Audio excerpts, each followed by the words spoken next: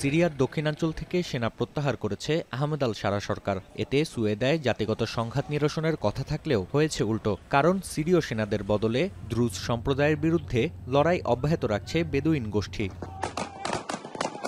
বার্তা সংস্থা রয়টার্সকে দেয়া সাক্ষাৎকারে এক বেদুইন কমান্ডার জানান, যুক্তরাষ্ট্রের মধ্যস্থতায় ইসরায়েলের সঙ্গে যুদ্ধবিরতিতে সম্মত হয়েছে সিরীয় সরকার। আহমদ আল শারা প্রশাসন সেনা প্রত্যাহার করলেও এটি বেদুইনদের জন্য প্রযোজ্য নয়। তাই দ্রুজদের হাতে অপহৃত যোদ্ধাদের ফিরিয়ে আনতে লড়াই অব্যাহত রাখছে বেদুইনরা। সুয়েদার পাশাপাশি দেরা ও ইদলিব অঞ্চলেও ঘাঁটি গেড়েছে আরবের এই সম্প্রদায়। ان شاء الله نحن عشائر السويدة باذن الله نرجع حضن السويدة لمحلها وناخذ حق اخواتنا اللي انظلموا. بعد ما شفتوا بعينكم المناظر اللي ساووها، بعد ما صار في اتفاق وانسحبنا ورجعنا شفتوا الاطفال اللي على الارض. অন্যদিকে দ্রুজদের পক্ষে লড়াইয়ে যোগ দিতে নিয়মিতই সীমান্ত পাড়ি দিচ্ছে ইসরায়েলি দ্রুজরা। প্রাণ বাঁচাতে অনেকেই ছাড়ছেন নিজ ভূমি সিরিয়া। ইসরায়েলি সেনাবহরের সিরিয়ায় অনুপ্রবেশের তথ্যও মিলেছে। امبارح تحقق الحلم انه انفتح الشريط، انفتحت هول البوابات وشفنا اجوا الاثنين من اولادها وشفتهم الحمد لله. احنا بحياتنا مش شايفينهم، نحن حدا مش داعسينا يعني، نحن كلياتنا سوريين هون.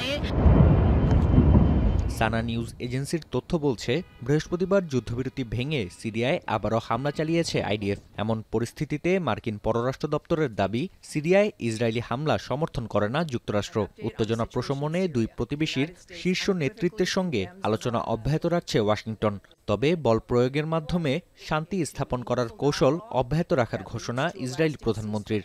לא מתוך בקשות, לא מתוך תכנונים, מתוך עוצמה.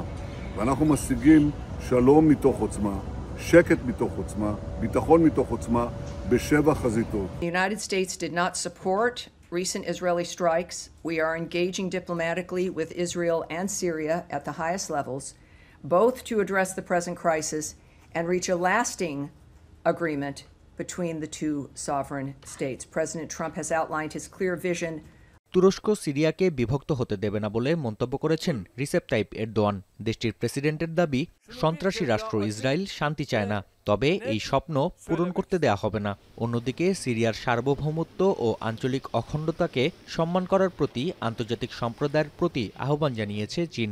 叙利亚的主权和领土完整应得到尊重，特别是在当前中东局势持续动荡的情况下，不应采取任何 Suriye'nin toprak bütünlüğü özellikle Ramına, güneyi ile kuzeyi arasında koridor açma hayali kuranlar emellerine Allah'ın izniyle ulaşamayacaklar. এদিকে সুয়েদার সাধারণ জনগণের সঙ্গে সংহতি প্রকাশ করে বিক্ষোভ করেছে সিরিয়ার কামিশলি শহরের কুর্দি জনগোষ্ঠী। সংঘাত নিরসনে সরকারকে পদক্ষেপ গ্রহণের আহ্বান জানান বিক্ষোভকারীরা। সিরিয়ান অবজারভেটরি ফর হিউম্যান রাইটসের দাবি, জাতিগত সংঘাতে 14 জুলাই থেকে এ পর্যন্ত প্রাণ হারিয়েছেন প্রায় 600 মানুষ। নাফি আরমান মনন, এখন বিশ্ব। কালার এক্সপার্ট, জর্জ স্যাপ এবং মাইল্ড অন হ্যান্ডস টেকনোলজি সমৃদ্ধ অরিক্স ক্রিস্টাল ওয়াশ, আপনার লন্ড্রি এক্সপার্ট।